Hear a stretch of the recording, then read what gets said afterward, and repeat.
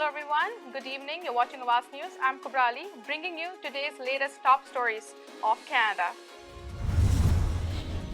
A 12-year-old boy is facing charges after allegedly attacking an 8-year-old child with bear spray stolen from the Canadian Tire in Hamilton, Ontario.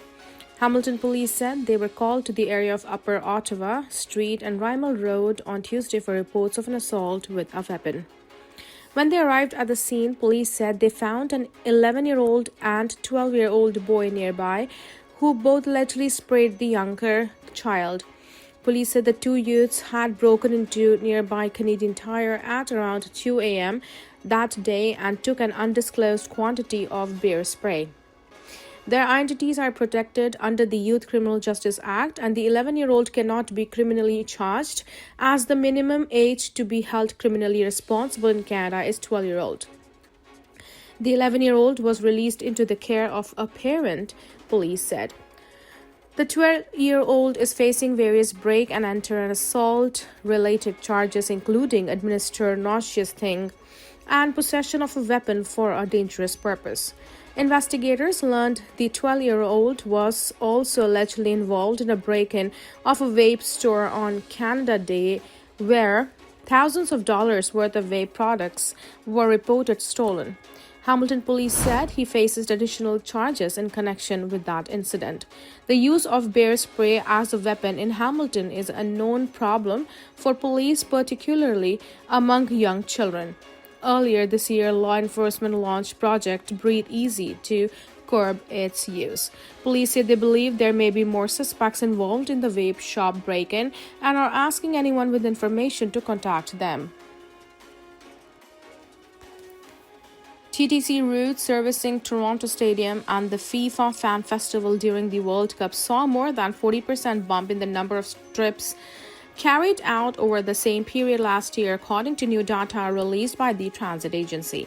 In a social media post, the TTC said between June 12th and July 2nd, 1.1 million trips were completed on buses and streetcars that run on the King, Dufferin, Bathurst, Ossington, and Harbourfront corridors. These trips were in addition to our regular daily service and the numerous overlapping sports, music, and cultural events that bring Toronto to life every summer, the TTC wrote.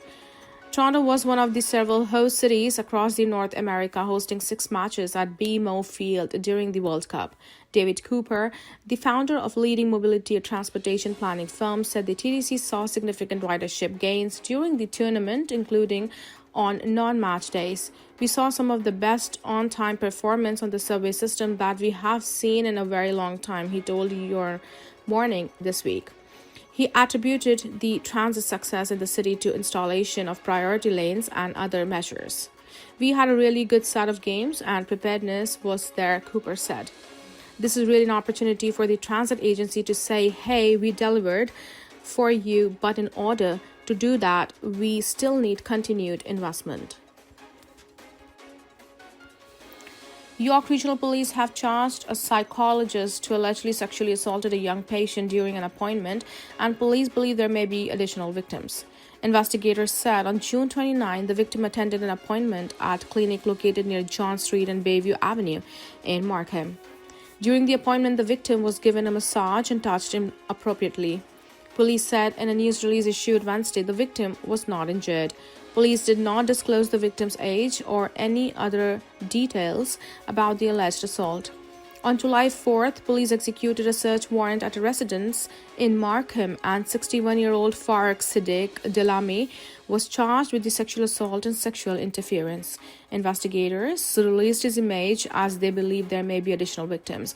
Police are asking anyone with information about the investigation is to contact them at 1-866-876-5423 extension 7071 or Crime Stoppers anonymously. Police are searching for a man who allegedly chased down a victim with a knife and threatened their pet during an altercation in East York last month. On June 20th, shortly before 2:30 p.m., police responded to reports of a person with a knife in the area of Donlands Avenue and Mortimer Avenue. Police alleged that there was an altercation between two people during which the suspect produced a knife and chased the victim and swung the knife at them. Police said the suspect also allegedly threatened to harm or kill the victim's pet. On Wednesday, police provided a description for the suspect, who is believed to be 6 feet tall with a thin build, black beard, and black hair. He was last seen wearing a gray striped shirt, black sweater, blue jeans, black sunglasses, and gray sneakers with the white soles. Anyone with information is being asked to contact police. Vancouver is the 9th most livable city in the world, a new report has found. The BC city has consistently featured among the Economist Intelligence Unit annual list of the top livable cities, and in the last 2 years has been the North American city to crack the list's top 10. This year, the city climbed by one spot in the rankings, beating out Australia's Adelaide. The EIU, a sister organization to The Economist magazine, ranks 173 countries every year on its Global Livability Index. Cities are ranked for their livability across 30 indicators grouped into 5 categories: healthcare, education, stability, culture, and environment, to show how comfortable cities are to live in. Vancouver received the overall score of 96 out of 100, with the perfect score in education, followed closely by culture and environment and healthcare. It received a score of 95 for stability and 93 for infrastructure. Despite having only one city ranking in the list's top 10, North America was ranked as the second best region in the world to live in, with an overall score of 90, trailing behind Western Europe by nearly 2 points. North America is the only region to crack a perfect score in the education category. Cities in the top 10 list belong to predominantly wealthy countries like Australia, Canada, Japan, and Switzerland. The bottom 10 cities in the index have nearly all been affected by war, poverty, or both, with the scoring particularly low for the stability. While Western Europe has remained the strongest region for livability, Asia's score for a risen, with the about 9 Asian cities dominating spots in the top 20 compared to 7 European cities. A suspicious fire at a restaurant in Midtown has displaced 3 families who live in units within the same building, Toronto Fire told Awaz News. The fire broke out shortly before 3 a.m. at a building in the area of Eglinton Avenue and Bathurst Street. Fire crews arrived to find smoke visible from the rear of the building and located a fire in the restaurant as well as residential units within the structure. They did a quick knockdown of the fire in the basement. Acting District Chief John Pagnotta told reporters on Wednesday morning. The 8 impacted residents self-evacuated and no injuries were reported. The fire is believed to be suspicious, and the cause, origin, and circumstances surrounding the blaze will be investigated.